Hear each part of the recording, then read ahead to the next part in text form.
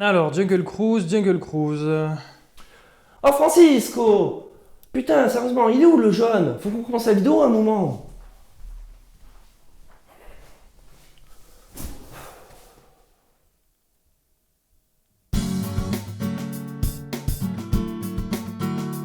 Et salut à tous, on se retrouve pour une nouvelle vidéo. Salut Sid. Et salut Roy. Alors aujourd'hui on parle de Jungle Cruise, un film Disney adapté d'une attraction que nous on connaît pas en France à Disneyland mais qui est adapté d'une attraction donc de Disney World, avec notamment dans les rôles titres, et c'est les deux principaux du film, The Rock, Dwayne Johnson et Emily Blunt. C'est un film réalisé par un espagnol, alors je vais mal dire son nom, c'est Jaume Collet-Serra ou Jaume Collet-Serra. Ramon, voilà. Bon, très simplement, c'est un film d'aventure. Emily Blunt est une jeune Professeur de botanique. professeur de botanique qui veut partir à la recherche d'un arbre perdu qui aurait le pouvoir de soigner toutes les maladies. Et pour ça, elle va faire appel à The Rock qui joue un skipper en Amazonie. Et ils vont essayer de remonter le fleuve jusqu'à trouver cet arbre perdu que personne n'a jamais trouvé. Une histoire basique, mais voilà. Alors, qu'est-ce que t'en as pensé, Sid? Ah bah, il est très bien. C'est un très bon film d'aventure. Ouais. Il est léger, on se prend pas la tête, on est devant, il y a de très bonnes situations d'action, il y a donc ce qui fait on va dire un classique d'aventure, une jungle, des explorateurs, et ils ont une mission, retrouver un artefact, un secret, légendaire, un mythe, tout ce que vous voulez. Et ça, Disney, c'est bien le faire. La preuve avec les premiers Pirates des Caraïbes. Ils sont rentrés au panthéon des films d'aventure, même des films grand public. Ouais. Enfin, n'importe qui en parle et va dire Pirates des Caraïbes, c'est trop bien. Et donc là, on retrouve donc cette tribu, pas cette tribu, mais plutôt cette bande avec Emily Blunt, Dwayne Johnson et le frère d'Emily Blunt, qui a une petite importance dans le film, mais qui est moindre par rapport aux deux autres personnages. Et donc, ils vont s'aventurer sur le fleuve de l'Amazone, et il leur arriver plein de péripéties. Des ennemis, des tribus, ils vont s'entraider, ils vont se détester. Il y a vraiment plein de rebondissements au sein du film, et c'est plaisant à voir. On le suit avec plaisir. On va voir énormément de situations aussi comiques, parce que Dwayne Johnson, en fait, en le regardant, on a envie de rire, on a envie de sourire, parce que son sourire Et communicatif. Voilà, il est communicatif. Et du coup, il y a plein de moments où c'est lui qui va faire les gags, qui va être drôle, qui va avoir les aspects comiques, et ça marche. Ouais, on va rigoler énormément pendant le film, et vraiment, au niveau des dialogues, c'est vachement travaillé. En sortie du film, on a dit, oui, on a rigolé, on a aimé ce qu'on a vu. Tout ce qui est effets spéciaux ou autres situations qui entraînent ce genre de détails, c'est réussi, c'est maîtrisé. Franchement, Disney, sur ce coup, a vachement bien géré son sujet. Certains films peuvent être ratés, peuvent être trop ambitieux. Là, j'avais l'impression, il ne se prend pas trop la tête, il veut faire un film de divertissement, il veut faire un film tout public, et c'est parfait. Par contre, disclaimer au cas où, si vous avez peur des serpents, des araignées ou autres bestioles, attention, le film va vous tuer. Voilà. C'est un film sur l'Amazonie. Oui, évidemment. mais il y a des scènes où vous pouvez décéder dans votre siège. Donc faites attention si vous craignez tout ce qui est serpent, araignée et autre chose. Voilà, c'est tout ce que j'avais à dire pour l'instant. Eh ben écoute, je suis d'accord avec toi sur pratiquement tout. Ça fait plaisir à voir un film d'aventure au cinéma. Quand je vais dire film d'aventure, je pense que le dernier bon qui est sorti, ça doit être les Benjamin Gates. Mais voilà, en gros, si vous avez aimé La Momie, si les Tomb Raider, les Benjamin Gates, les Indiana Jones, tout ça, ça vous parle, ce film va vous plaire en fait. C'est très codifié comme genre. C'est un film qui est bon enfant. Parce que vraiment, un peu comme quand nous, Pirates des Caraïbes est sorti, je reprends ton parallèle, on était jeunes et du coup c'est impressionnant, on avait même un peu peur. Voilà, il y a des scènes qui vont pour les plus jeunes faire un peu peur, mais même nous en tant qu'adultes, on se dit ouais, il y a de l'action, c'est drôle, c'est vraiment drôle. Et pas juste parce que The Rock est drôle en tant que personne, c'est qu'il y a vraiment des dialogues très drôles. Le film m'a surpris sur ce point-là, je m'attendais à vraiment du bas de plafond. On a très peu, sinon c'est vraiment assez travaillé. Le seul point noir que j'ai moi, c'est les CGI, la jungle en effets spéciaux, ça marche pas toujours. On voit qu'il y a des moments, c'est du plateau, c'est du décor. Mais en fait, moi, ça m'a fait plaisir. On retrouve cette ambiance, justement, un peu vieux film d'aventure, avec des rochers en carton, ouais, etc. Mais moi, ça m'a fait plaisir de le revoir. La relation entre les deux personnages porte le film, en fait. C'est pour ça que j'ai cité que ces deux-là. Il y a une pléthore de personnages, mais en réalité, juste Emily Blunt et The Rock, j'y croyais pas trop, mais en fait, l'alchimie fonctionne à fond. C'est les personnages principaux, les autres sont secondaires. Ouais, mais des fois, justement, les personnages principaux, on s'en fout un peu, et les meilleurs persos du film, c'est les persos secondaires. Ouais, tu vois ce que je veux dire? Oui. Et là, c'est vraiment pas le cas. Oui, parce que les persos principaux sont mal écrits, ou mal joués, ou les deux. Ou trop classiques, voilà. ou trop clichés. Voilà, et là, ça m'a fait plaisir, j'ai été surpris plusieurs fois dans le film. Donc voilà, on s'est dit qu'on n'allait pas trop vous en dire non plus, parce qu'on veut vous donner envie d'aller voir le film, on va quand même détailler un peu, mais il n'y aura pas de partie spoiler. Il n'y a pas énormément de choses à spoiler, mais quand même, il y a eu quelques moments du film où on a été agréablement surpris, donc on va vous garder la surprise. Le seul truc qui manque en fait à ce film pour moi, c'est un bon thème musical, voilà.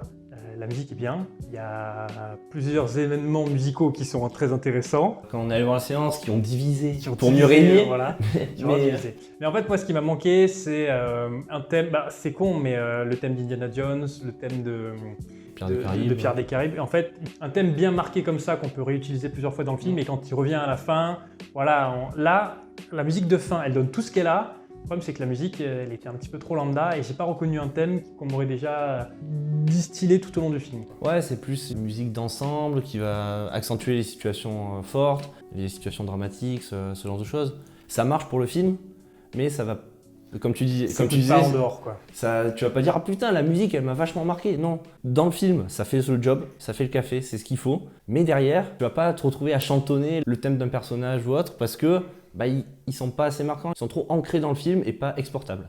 C'est un peu une goutte d'eau dans tout le bien qui est le film. Oui, non, encore une fois, c'est le seul truc que je reproche. Parce que sinon, moi, c'est exactement ce que je m'attendais à voir en mieux. Au début du film, il y avait quelques trucs que je trouvais qu'il n'y allait pas. Et tout au long du film, en fait, ça s'est justifié par le scénario et par les éléments qui arrivent. Et donc, en fait, à chaque fois, je dis, en fait, non, je peux rien dire. Non, en fait, oui, en fait, ça marche. Oui, ça marche.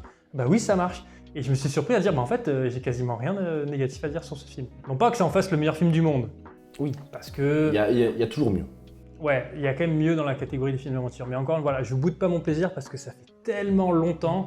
Moi, j'adore ce genre de film. C'est devenu rare de trouver ce genre de film-là, donc d'aventure, pas du pure action, vous voyez voir de la baston ou autre. Parce que bon, on sort quand même d'une égérie de 13-14 ans de films Marvel où c'est des super-héros qui s'affrontent. On essaye de copier ça, mais à moindre échelle dans d'autres films. Là, c'est vraiment juste de l'aventure. On va kiffer, on va prendre son pied.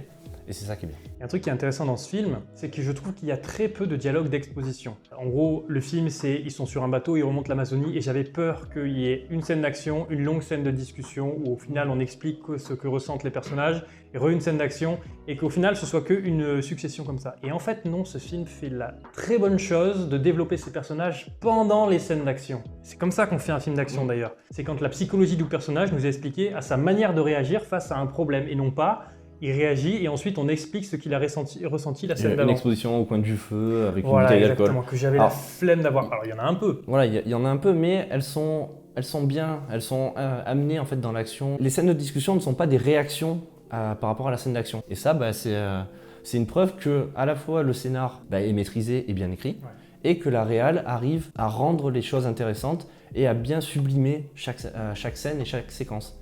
Et ça, pas tous les films arrivent à le faire, comme certains films qu'on a pu voir récemment. Parce qu'en fait, là, le film est très très bien rythmé. Je rebondis sur ce que tu dis. Le rythme est parfait pour moi. Enfin, parfait. Presque parfait. C'est-à-dire que vraiment, les scènes d'action sont cool et elles sont pas trop longues. Et ensuite, vous avez forcément c'est un peu plus posé. Mais même dans ces scènes de discussion-là, je trouve que le rythme est bon. Elle s'étire pas en longueur. On apprend des choses différentes que ce qu'on a appris dans les scènes d'action. Ce qui fait qu'en fait, on arrive un peu à la fin du film, on se dit, ouais, ok, il s'est passé plein de trucs. Mais j'étais pas là en mode, oh putain, allez, encore une péripétie. Et c'est pas la dernière parce que nanana. Non, j'étais vraiment content. Le scénario est maîtrisé, l'histoire est maîtrisée. En mode, oui, donne-nous ça. Donc, clairement, Disney, faire des films comme ça, oui. Hein, franchement, moi, ça me fait plaisir quand même des fois de voir un Disney. Et ça me l'a fait avec Cruella aussi, qui est très très bon. Donc là, pour moi, ça fait 2 bons points de récemment. Je pense que dans les derniers films qu'on a vus là, c'est mon préféré. Okay. Avec, entre Kaamelott, Fast and Furious 9 et Jungle Cruise. Si vous devez en voir un des 3 pour moi, allez voir Jungle Cruise, mais vraiment. Et vous pouvez y aller avec votre petit cousin, vous pouvez y aller avec votre petite sœur, comme vous pouvez y aller avec vos darons, etc. Machin et tout. Franchement, il y a de tout. Et en fait, c'est ça que j'aime bien avec ce film, c'est que ça aurait pu... Voilà, c'est une adaptation d'attraction. Ça aurait pu être vraiment bas de plafond et on s'en fout, etc. Et ils ont fait un effort, je trouve. Il y a un effort et j'ai apprécié. C'est pas le film de l'univers. Là, c'est vrai qu'on fait que dire que c'est bien, c'est bien, c'est bien. Voilà, ne vous attendez pas à la 7e merveille du monde. Il y en a peut-être 8, j'en sais rien. mais c'était vraiment très honorable. Dans le film, il y a la 8e merveille du monde. Hein. Oui, dans le film, il y a la 8e merveille du monde. On vous laisse découvrir laquelle c'est, mais vous le verrez très facilement. Donc l'histoire se passe juste après le début de la Première Guerre mondiale, donc je crois en 1915 ou 1916. 2 ans après le début. 2 ans après le début. Bon voilà, donc 1916. 1916, c'est bon, j'ai pas dit de conneries. Hein. Ouais, ça m'inquiète. Et là on suit donc le personnage de Emily Blunt qui s'appelle Lily, une femme forte qui veut s'imposer dans un monde de mecs macho. le monde de l'époque, qui font partie d'une société de chercheurs, de gens érudits, enfin, le truc d'époque, en mode il y avait que des vieux qui se tartinaient la biscotte entre eux. Et bah, en fait, elle a le caractère d'aventurière, d'expéditrice. En soi, la fille qui est élevée comme par les rêves des garçons, qui n'a pas sa place dans ce monde. Mais Prouver sa valeur. Voilà, qui veut prouver sa valeur. Mais elle n'est pas la femme ultra féministe à mort. Parce que au début, on peut le penser par rapport à certaines scènes, mais derrière, tout au long du film, elle va être en nuance.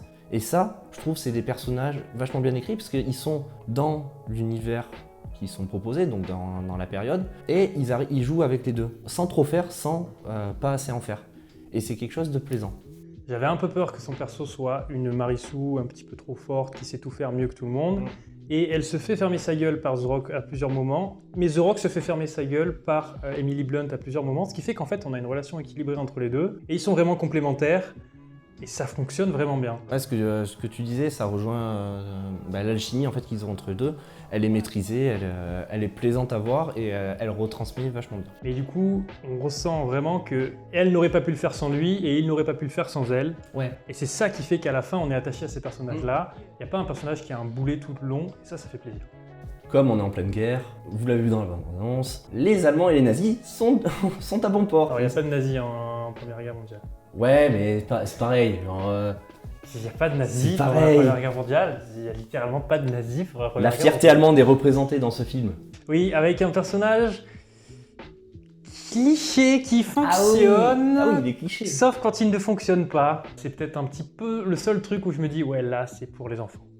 Ce personnage-là. Oui, tu le sens que c'est quand même assez gag, sa manière d'être. À la rigueur, pourquoi pas? Parce qu'il est quand même menaçant. C'est le premier film d'aventure pour un gosse, il va se régaler. Vraiment, s'il ne connaît pas les codes et qu'il n'a jamais trop vu. Bon, après, quand on connaît un peu les codes et qu'on voit ce méchant-là, on se dit un peu, ok, bon. Mais ça m'a pas dérangé. Il va bien avec le fil de l'histoire et les péripéties qui vont arriver au héros. Puis on voit qu'il se régale à le jouer aussi. Oui, son jeu d'acteur transcrit vraiment en mode il est heureux. En fait, tout le monde est content d'être là. Et ça se sent, vraiment, tout le monde est content d'être là. Il n'y en a pas un qui est là parce que c'était dans son contrat, il devait tourner un film pour cachetonner, etc. Ils sont tous investis. Bah ouais, du coup, nous on l'est également. Quoi. Ça se voit bien à l'écran et du coup, nous, en tant que spectateurs, on le ressent bien. Si, un petit reproche, les scènes d'action ne respirent pas assez, je trouve. Le cadre est trop resserré, ce qui fait qu'on voit vraiment l'action de près et avec un peu trop de cut. J'aurais aimé qu'on voit certains affrontements entre deux personnages un peu plus de loin, de plein pied. On les a souvent à mi-hauteur quand ils se tapent dessus, etc. Et je trouvais que ça manquait un poil de lisibilité. Il n'y a pas, pour le fait d'être éloigné, il n'y a pas, je trouve, assez de personnages ou de grand espace où tu peux faire ça. C'est au final, l'action elle se concentre sur les trois personnages du bateau, plus les ennemis qui vont venir, mais à chaque fois ils sont pas énormément. Genre, quand ils se tapent dessus, le problème c'est qu'au bout de une ou deux scènes d'action, j'ai trouvé qu'en fait c'était toujours la même manière de les filmer. Et ça t'empêche pas à un moment d'avoir un vue de dessus sur le bateau, vraiment un espèce de plan de drone où tu les vois. Ouais, mais justement parce qu'il n'y a pas assez de. T'as pas assez Moi de je pense que le problème vient plutôt du tournage en studio, donc en fait le décor il est pas énorme, donc tu le filmes de près et tu peux pas justement prendre de l'espace, faire respirer ta scène d'action. Sauf peut-être sur la scène de fin, où là j'ai l'impression qu'ils ont construit le décor en un peu plus grand, et où là enfin je me dis ah ouais là ok ça respire, on voit des persos de plein pied. Mais sinon avant voilà, c'est un petit reproche que j'ai à faire au film, c'est que ça gâche quand même quelques petites scènes d'action qui auraient pu être un peu mieux en respirant un peu plus. Bon voilà, on n'a pas grand chose à rajouter de plus, nous on vous conseille d'aller le voir. Ouais, le film est une réussite, vraiment, c'est des choses que Disney savait faire avant, qu'ils ont un peu laissé de côté au final. Et que là, ils ressortent comme ça en disant bon, on va retenter d'en faire un, il y a peut-être moyen que ça marche. Et ça a marché. Du coup, c'est encourageant pour la suite. Si les décideurs... Les décideurs! Cette va les décideurs! De chez Disney voient l'impact positif qu'a le film, s'il marche vraiment aux États-Unis, un peu partout, ça va peut-être les encourager à partir sur des nouveaux films comme ça, avec peut-être inventer des nouvelles histoires. Ça va permettre justement de redonner au genre des films d'aventure une nouvelle place qui va être un peu plus haute que ce qu'on avait maintenant. Voilà, en gros pour résumer, si vous avez aimé des films comme La Momie, comme Tomb Raider, comme Benjamin Gates, Indiana Jones, etc., vous allez aimer celui-là. Le film est fait pour vous, il est fait avec du cœur. Pas parfait, mais en tout cas, l'essai est marqué pour moi. Putain, on n'a pas dit aux gens d'aller sur notre Instagram à un milieu de notre vidéo. Donc ce moment-là que je suis en train de prendre maintenant, je vais le foutre au milieu. Ouais, tu me l'as au début. C'est bon. Ou au début. On n'est pas assez des forceurs. On n'aime pas forcer les viewers, comme on dit, à aller sur nos réseaux sociaux qui sont Twitter, Instagram, et également à s'abonner sur YouTube et d'activer la cloche, parce que bizarrement on sort des vidéos, donc ça serait bien de les regarder et d'être au courant de ce qu'on fait. Putain, il va venir vous fouetter chez vous, torsio. Donc voilà, c'est tout pour ce film. Nous, on a plein de projets. Je sais que je le dis à chaque fois, mais là, Ouais, mais c'est vraiment là, vrai c'est pour une vrai. Et donc, ben, on se reverra quand on se reverra. Et salut à tous!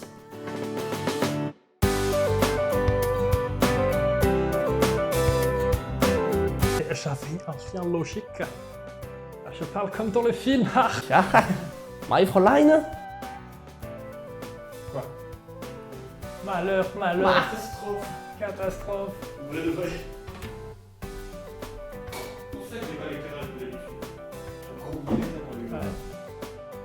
Parce que quand ils sont sur du décor physique, quoi, on voit que c'est tourné en studio, mais je retrouve justement, qu'est-ce que c'est que cette merde? C'est pas grave, c'est juste un clic. Ah, je peux